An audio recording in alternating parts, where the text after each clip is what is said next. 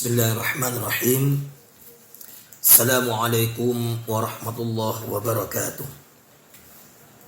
Innal hamdalillah nahmaduhu wa nasta'inuhu wa nastaghfiruh wa na'udzu billahi min shururi anfusina wa min sayyiati a'malina.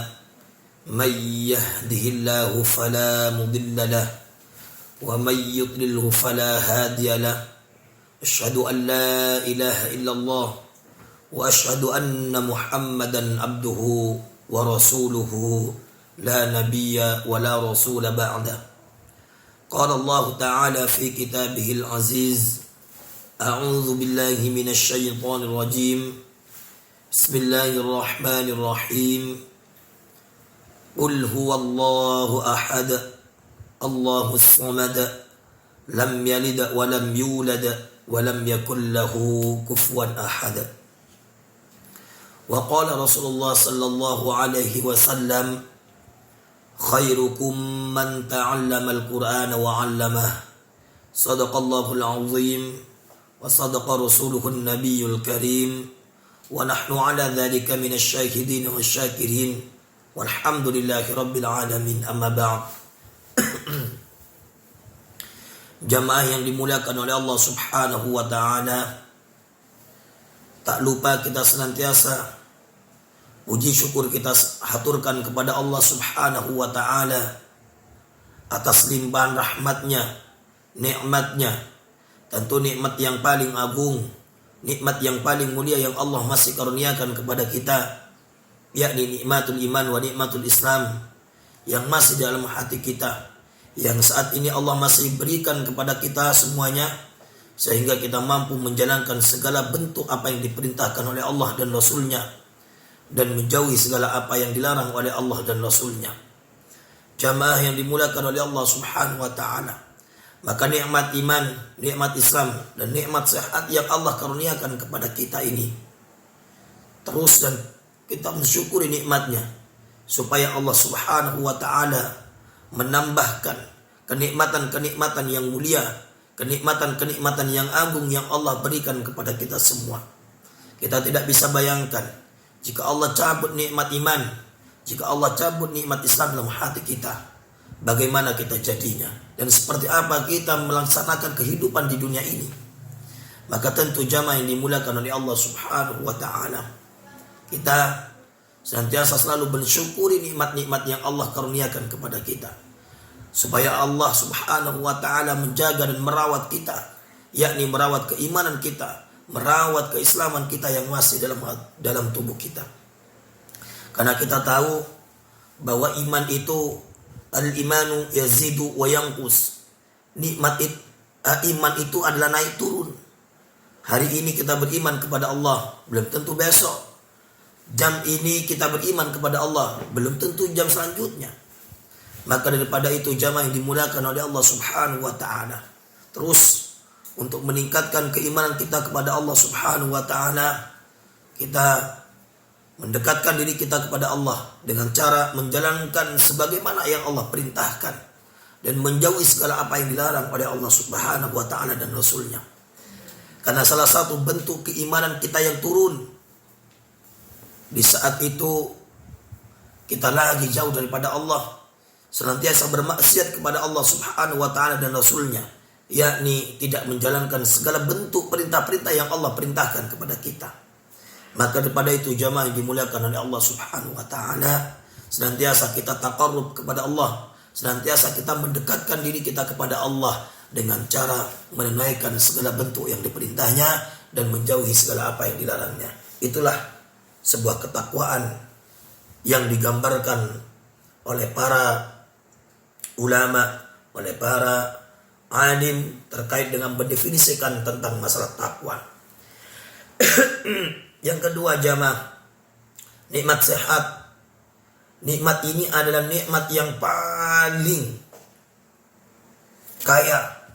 Nikmat ini adalah nikmat yang paling berharga. Jamaah yang dimuliakan oleh Allah subhanahu wa ta'ala, andai kata Allah cabut kenikmatan yang berupa sehat tersebut, meskipun kita punya mobil mewah, punya harta yang melimpah, punya rumah yang besar, tetapi Allah Subhanahu wa ta'ala cabut nikmat sehat itu, maka tidak berharga dan tidak berguna kekayaan yang kita miliki. Maka sejatinya kekayaan yang paling berharga itu adalah sehat. Kekayaan yang paling bernilai itu adalah sehat, jemaah.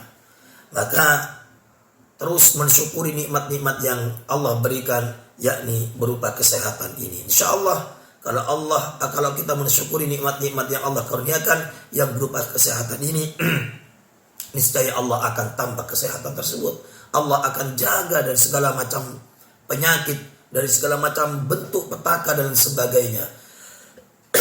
Dikala kita mensyukuri nikmat-nikmat Allah Subhanahu wa ta'ala. Kedua kalinya, salawat berserta salam senantiasa tercurah limpahkan tentu kepada Nabi kita Muhammad sallallahu alaihi wasallam, kepada para sahabatnya, kepada para keluarganya, dan orang-orang yang senantiasa menghidupkan sunnahnya sampai kepada hari kiamat. Jamaah yang dimuliakan oleh Allah Subhanahu wa ta'ala, mudah-mudahan kita senantiasa oleh Allah Subhanahu wa ta'ala dijadikan hamba-hamba yang senantiasa mencontoh dan menteladani Nabi kita Muhammad sallallahu alaihi wasallam dan juga para sahabatnya. Mudah-mudahan kita oleh Allah Subhanahu wa ta'ala ditakdirkan kelak berkumpul dengan Nabi yang kita cintai, yakni Muhammad sallallahu alaihi wasallam. Jamaah yang dimuliakan oleh Allah Subhanahu wa ta'ala, pertemuan yang kemarin kita membahas tentang masalah surah Al-Asr, di mana surah Al-Asr ini terdiri dari 3 surat, dan surat ini diturunkan di kota Mekah, yakni yang disebut dengan ayat Makkiyah atau surat Makkiyah.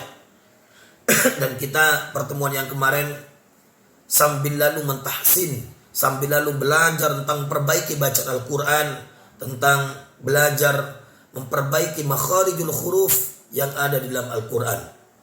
Karena kenapa jamaah yang dimulakan oleh Allah Subhanahu wa ta'ala, belajar membaca Al-Quran itu adalah ilmu dasar yang harus diketahui dan dipahami dan dimengerti oleh umat muslim, siapapun dia. Baik itu bukan cuma hanya pada konteks ustadz atau konteks kiai atau sebagainya belajar ilmu Al-Quran. Semua umat Islam wajib hukumnya mengetahui dan mengerti yang mana membaca Al-Quran itu sesuai dengan kaidah-kaidah ilmu tajwid. Karena kenapa jamaah? Salah satu fungsi daripada belajar ilmu tajwid, menghindari kesalahan-kesalahan, baik itu kesalahan yang ringan atau kesalahan yang berat, atau disebut dengan ilmu tajwid al-lahun jali wa lahun khafi, terkait dengan membaca kita Al-Quranul Karim. Karena kenapa jamaah? Kalau kita salah membaca Al-Quran, maka tentu bisa dipastikan kesalahan terjadi pada makna.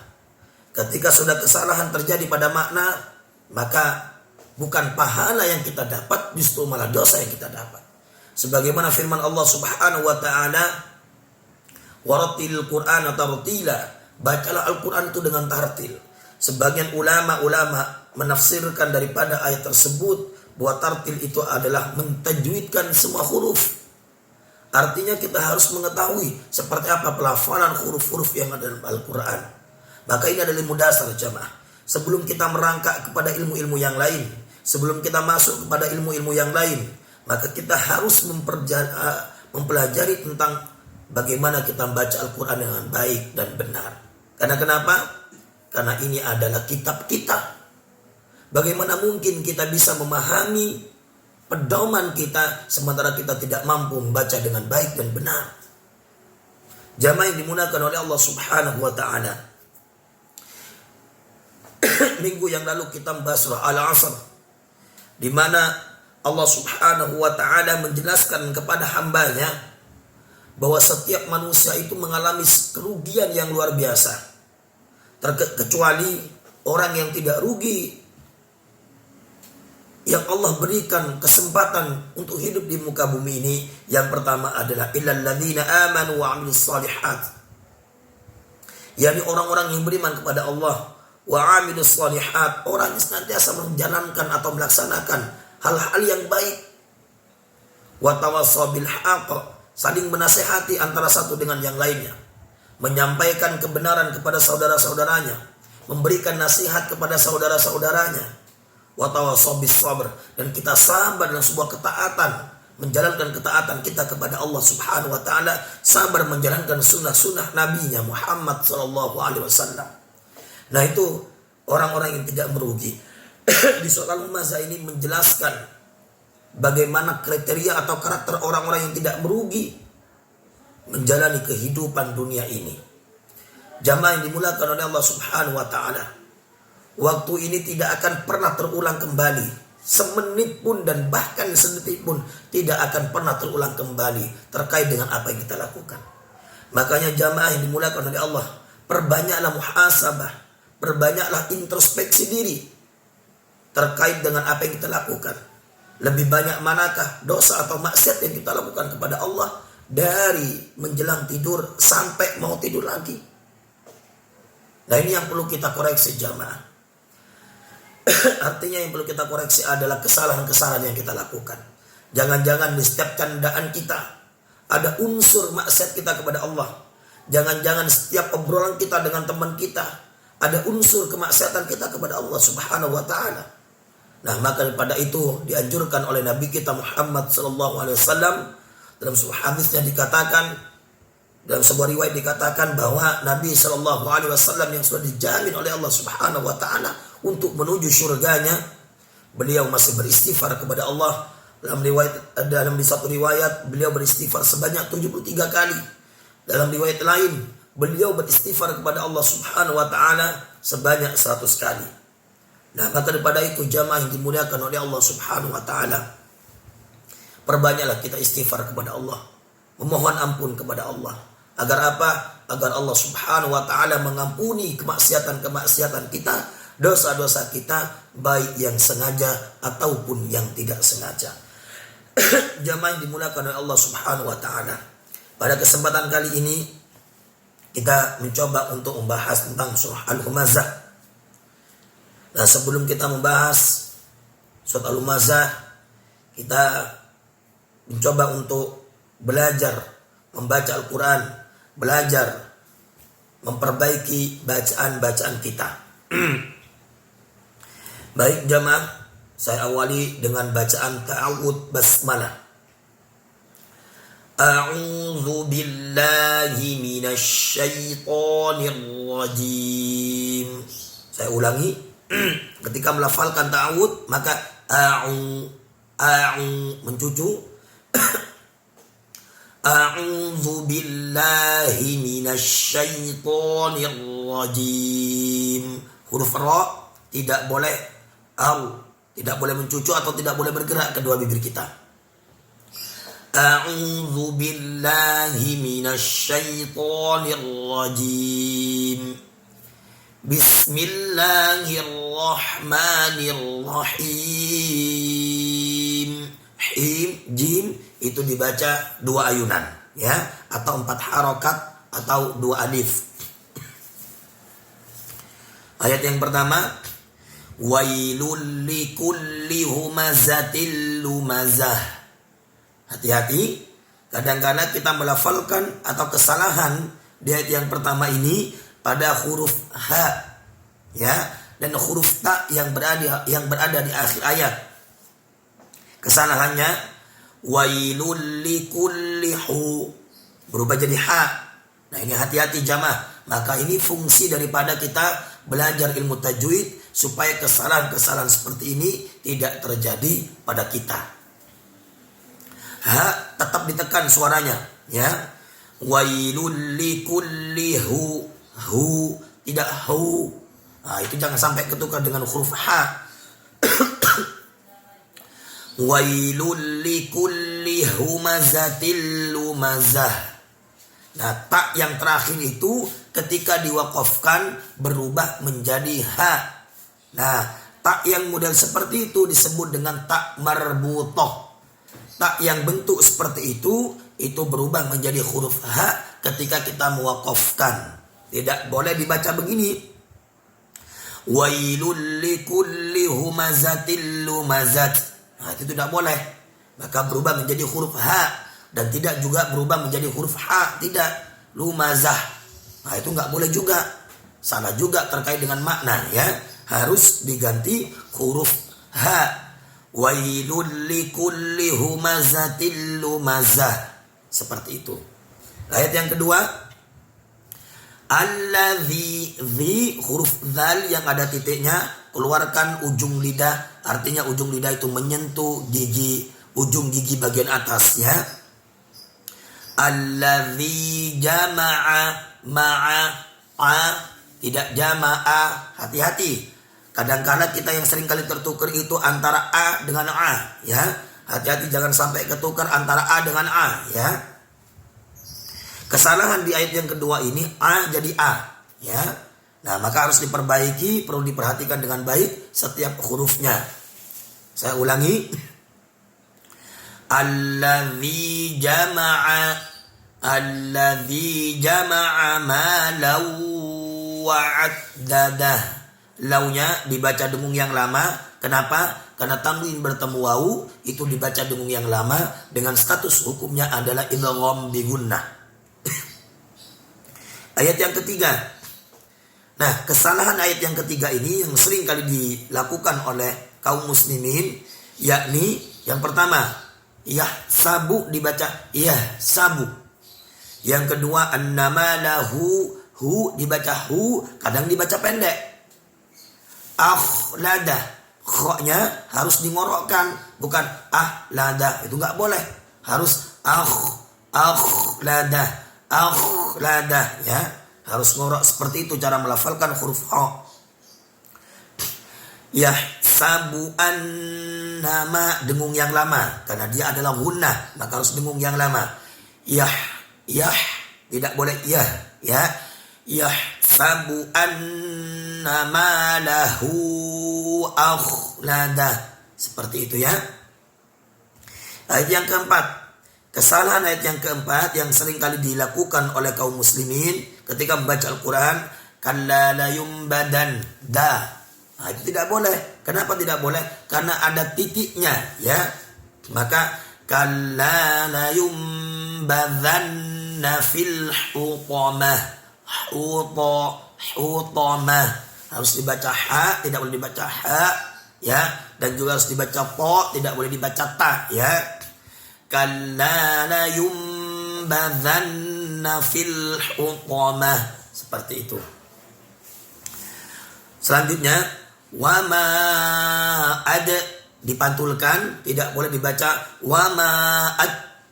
Nah, itu tidak boleh. Kenapa kok tidak boleh? Karena huruf dal itu sifatnya qalqalah, apalagi dal sukun, harus mantul bacaannya ya.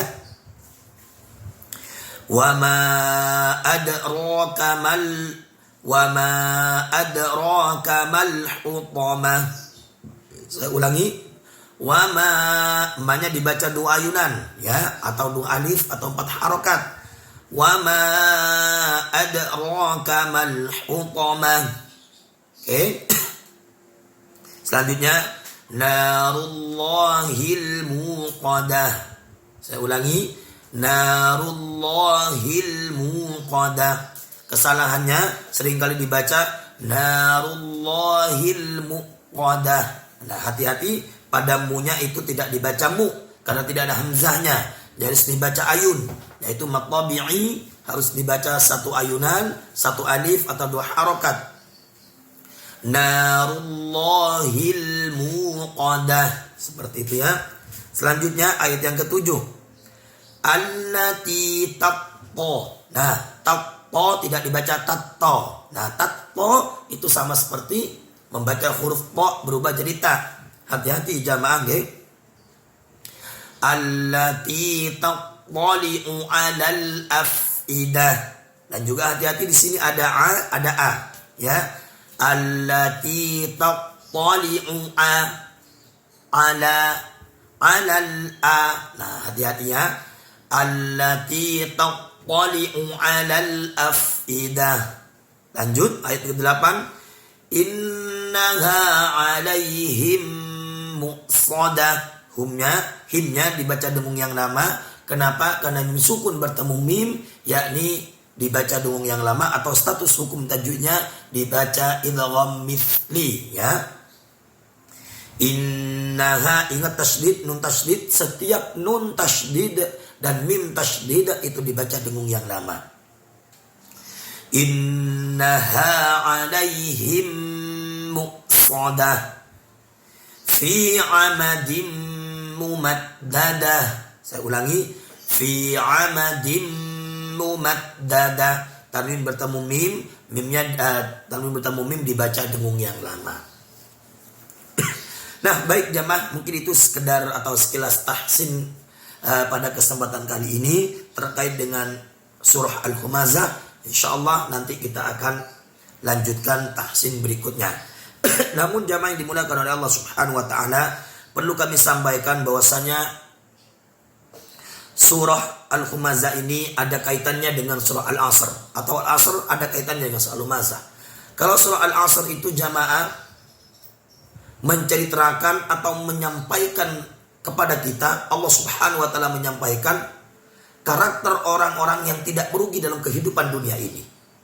Namun surah Al-Humazah ini menerangkan beberapa sifat orang yang selalu merugi. Kalau di surah Al-Asr itu Allah Subhanahu wa taala memberikan batasan-batasan atau karakter orang-orang yang tidak merugi. Yakni yang pertama siapa? Orang-orang yang beriman. Yang kedua orang-orang yang melakukan amal soleh. Yang ketiga melakukan nasihat antara satu dengan yang lainnya, memberikan teguran antara satu dengan yang lainnya ketika saudara-saudara kita berada di jalan yang tidak benar. Yang keempat, kita harus sabar dalam menjalankan sebuah ketaatan kita kepada Allah dan Rasul-Nya. Nah, sementara surah Al-Humazah ini jamaah yang dimulakan oleh Allah Subhanahu wa taala, yaitu Allah Subhanahu wa taala menerangkan beberapa sifat orang yang selalu merugi. Nah, baik jamaah, surat ini terdiri dari 9 ayat dan juga surat ini diturunkan oleh Allah Subhanahu wa taala di masa Nabi kita Muhammad SAW berada di Mekah. Maka surat ini disebut dengan surah Makkiyah. Ya, surat ini disebut dengan surah Makkiyah. Jamaah yang dimuliakan oleh Allah Subhanahu wa taala, ayat yang pertama, wailul likulli humazatil lumazah, yang artinya kecelakaanlah bagi setiap pengumpat atau lagi orang yang mencela. Nah, kecelakaan yang besar bagi orang yang senantiasa mengumpat, orang yang senantiasa mencela, orang yang senantiasa membuli, orang yang senantiasa mencaci maki kepada saudara-saudaranya. Nah, sebelum itu jamaah, kita perlu ketahui kenapa Al-Humazah ini dinamakan surat Al-Humazah. Nah, maka dinamai Al-Humazah ini atau pengumpat maknanya, yakni diambil dari perkataan Humazah yang terdapat pada ayat pertama di surat Al-Humazah ini. Nah, jamaah yang dimuliakan oleh Allah Subhanahu wa taala, ayat yang kedua, alladzi jama'a malahu wa 'addada, yaitu Allah mengumpulkan harta, yang mengumpulkan harta maksud saya alladzi orang-orang jama'a mengumpulkan malan hartanya, wa'addada dan menghitung-hitungnya. Maksud mengumpulkan dan menghitung-hitungnya adalah harta yang karenanya dia menjadi kikir dan tidak mau menafkahkannya di jalan Allah Subhanahu wa taala. Orang yang bekerja mati-matian, orang yang mengumpulkan harta siang dan malam, tetapi dia kikir, tidak mau menginfakkan hartanya di jalan Allah Subhanahu wa taala, maka orang itu termasuk orang-orang yang merugi. Orang-orang yang celaka di dunia maupun di akhirat. Itu ya. Selanjutnya, ayat yang ketiga, yahsabu anna malahu akhlada. Dia yang mengira bahwa hartanya itu dapat mengekalkannya. Artinya orang yang mengumpulkan harta yang banyak, orang yang mencari harta yang banyak, dia mengira dengan harta yang banyak adalah selamat. Tidak, maka salah jamaah. Kesenangan itu boleh kita katakan orang yang banyak hartanya, orang banyak duitnya senang, tapi belum tentu kesenangan itu bersifat kekal. Karena kesenangan di dunia itu hanya semata. Nah, maka pada itu jamaah yang dimuliakan oleh Allah Subhanahu wa taala, yahsabu anna malahu akhlada, artinya dia mengira bahwa hartanya yang dia kumpulkan tersebut dapat mengekalkannya. Artinya dapat mengekalkannya itu menuju surganya dengan harta tersebut. Maka tidak. Harta itu akan membawa kita kepada surganya Allah Subhanahu wa taala dikala harta itu dibuat atau dijadikan dibelanjakan di jalan Allah Subhanahu wa taala atau diinfakkan di jalan Allah Subhanahu wa taala. Selanjutnya, kalla la yumbadanna fil hutama, kalla kata Allah Subhanahu wa taala. Nah, ayat yang ketiga ini yahsabu anna malahu akhlada, perkataan daripada orang-orang yang tidak mau menginfakkan di jalan Allah Subhanahu wa taala, atau dikatakan orang-orang yang kufur kepada Allah Subhanahu wa taala. Maka Allah tegaskan di ayat yang keempat, kalla la yumbadanna fil hutamah. Apa kata Allah Subhanahu wa taala? Kalla, sekali-kali tidak. La yumbadanna fil hutamah. Sesungguhnya dia benar-benar akan dilemparkan ke dalam hutamah. Apa itu hutamah? Yakni nerakanya Allah Subhanahu wa taala. Jamaah yang dimuliakan oleh Allah Subhanahu wa taala, ayat yang keempat ini Allah Subhanahu wa taala menegaskan atau menjawab pertanyaan atau kira-kira atau cuman hanya sebuah halusinasi di ayat yang ketiga. Nah, ayat yang ketiga itu adalah pernyataan orang-orang musyrikin, orang-orang kufur kepada Allah Subhanahu wa taala terkait dengan nikmat yang Allah karuniakan kepadanya. Dia mengira yahsabu anna malahu akhlada. Dia mengira bahwa harta yang dia kumpulkan itu bisa masukkan dia ke surganya Allah Subhanahu wa taala. Nah, sekali-kali tidak, kata Allah. Kalla, sekali-kali tidak. Harta yang dia kumpulkan tidak akan pernah membawa dia menuju surganya kecuali harta tersebut diinfakkan di jalan Allah Subhanahu wa taala.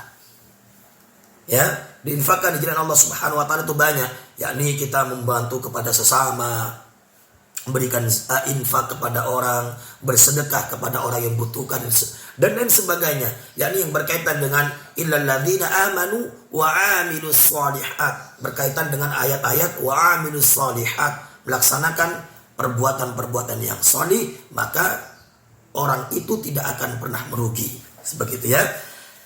Selanjutnya ayat yang kelima, wa ma adraka mal hutama, dan tahukah kamu apa itu hutama?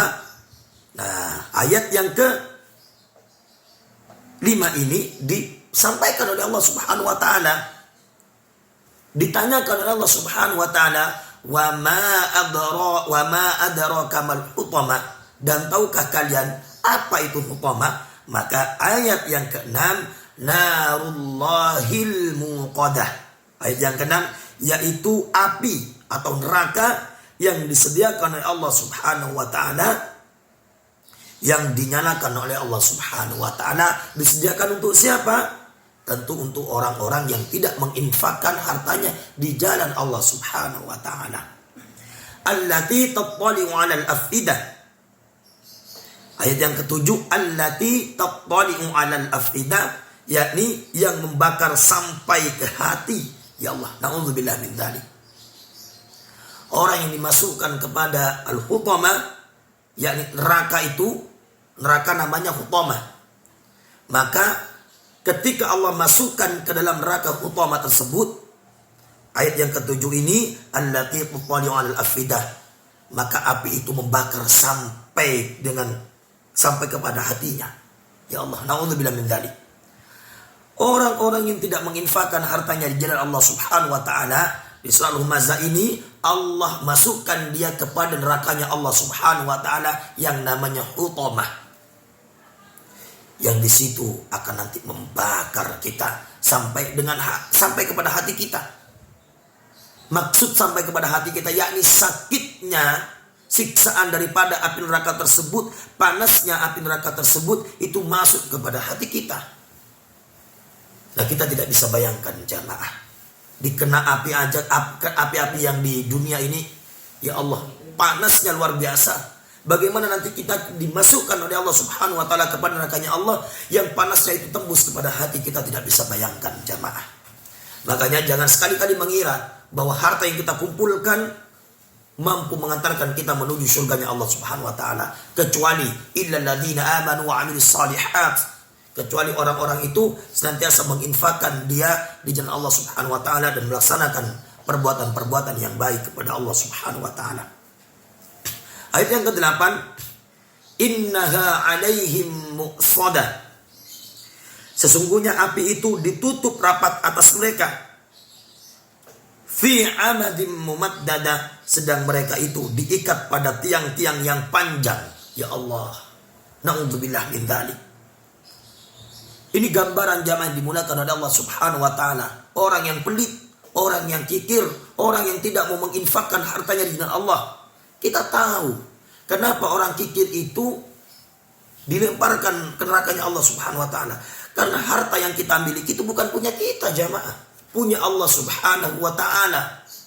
Setiap segala bentuk apapun yang dimiliki oleh kita, harta, kekayaan dan sebagainya, itu titipan dari Allah Subhanahu wa taala. Maka kalau kita kikir, bahkan sampai mengatakan seperti layaknya Qarun ketika diminta oleh salah satu petugas yang pajak pada saat itu, diminta untuk, maksud saya bukan diminta untuk menginfakkan sebagian daripada harta yang dia kumpulkan. Apa kata Qarun? Qarun mengatakan, kamu tidak bisa mengambil sebagian daripada harta saya, sampaikan kepada Musa alaihissalam. Tidak bisa, karena harta yang saya kumpulkan ini hasil jerih payah saya, bukan campur tangan Allah, kata Qarun. Maka pada saat itu pula Allah Subhanahu wa taala mentenggelamkan Qarun ke dasar bumi. Makanya banyak orang-orang itu memburu yang namanya harta Qarun. Harta Qarun itu ada hartanya Qarun yang ditenggelamkan oleh Allah Subhanahu wa taala dikarenakan dia kikir dan pelit, tidak mau menginfakkan hartanya di jalan Allah Subhanahu wa taala. Nah, jamaah yang dimuliakan oleh Allah Subhanahu wa taala, itu gambaran bagi orang-orang yang kikir, orang-orang yang pelit, orang-orang yang tidak mau menginfakkan hartanya di jalan Allah Subhanahu wa taala. Jamaah yang dimuliakan oleh Allah Subhanahu wa taala, bahwa surah Al-Humazah ini menjelaskan dan merangkan tentang ancaman Allah terhadap orang-orang yang suka mencela orang lain, suka mengumpat dan suka mengumpulkan harta, tetapi dia tidak menafkahkan hartanya di jalan Allah Subhanahu wa taala. Sekali lagi jamaah, bahwasannya surah Al-Humazah ini tidak cuma hanya berbicara masalah tentang kikirnya, tentang pelitnya, tetapi Allah Subhanahu wa taala memberikan ancaman kepada orang-orang yang suka mencela orang lain, suka membuli orang lain, suka mengumpat dan suka mengumpulkan harta, tetapi dia tidak mau menafkahkan hartanya di jalan Allah Subhanahu wa taala. Jamaah yang dimuliakan oleh Allah Subhanahu wa taala, dalam surat ini diterangkan bahwa orang-orang yang suka mencela, orang-orang yang suka mengumpat, suka memfitnah dan suka mengumpulkan harta, tetapi dia tidak dinafkahkan hartanya di jalan Allah Subhanahu wa taala, maka oleh Allah Subhanahu wa taala orang tersebut akan diazab, baik itu di dunia, lebih-lebih nanti di akhirat. Jamaah yang dimuliakan oleh Allah Subhanahu wa taala, mungkin itu saja yang bisa kami sampaikan tafsir tematik pada kesempatan kali ini terkait dengan surah Al-Humazah, yang mana surah Al-Humazah itu masih ada kaitannya dengan surah Al-Asr, dan Al-Humazah juga nanti ada kaitannya dengan surah Quraisy, surah Al-Fil. Maka insyaallah pada kesempatan yang akan datang kita akan mencoba membahas tentang surah Al-Fil. Namun sebelum kita membahas terkait dengan surah Al-Fil ini, kita terlebih dahulu mentahsinkan bacaan Al-Quran kita, memperbaiki bacaan Al-Quran kita, supaya apa? Kita terhindar dari kesalahan-kesalahan, baik itu kesalahan yang ringan maupun kesalahan yang berat. Jamaah yang dimuliakan oleh Allah Subhanahu wa taala, mungkin itu saja yang bisa kami sampaikan. Jika ada benarnya, wallahi itu semata-mata datangnya dari Allah Subhanahu wa taala. Jika ada kesalahan, itu murni datangnya dari saya pribadi. Sekali lagi mohon maaf yang sebesar-besarnya. Mudah-mudahan yang sedikit ini, yang sederhana ini menjadi tambahan ilmu bagi kita semuanya. Dan mudah-mudahan kita ditakdirkan oleh Allah menjadi hamba-hamba yang tidak kikir, menjadi hamba-hamba yang tidak pelit, dan mudah-mudahan kita dijauhkan dari sifat-sifat mencela orang lain, mengumpat orang lain, mencaci maki daripada orang lain. Mudah-mudahan kita dijauhkan oleh Allah Subhanahu wa taala terkait dengan sifat-sifat seperti itu.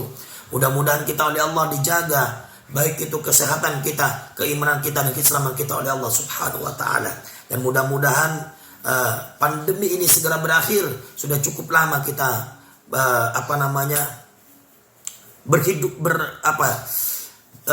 bersanding dengan yang namanya corona ini. Mudah-mudahan Allah segera cabut, mudah-mudahan Allah segera lenyapkan corona ini di muka bumi ini.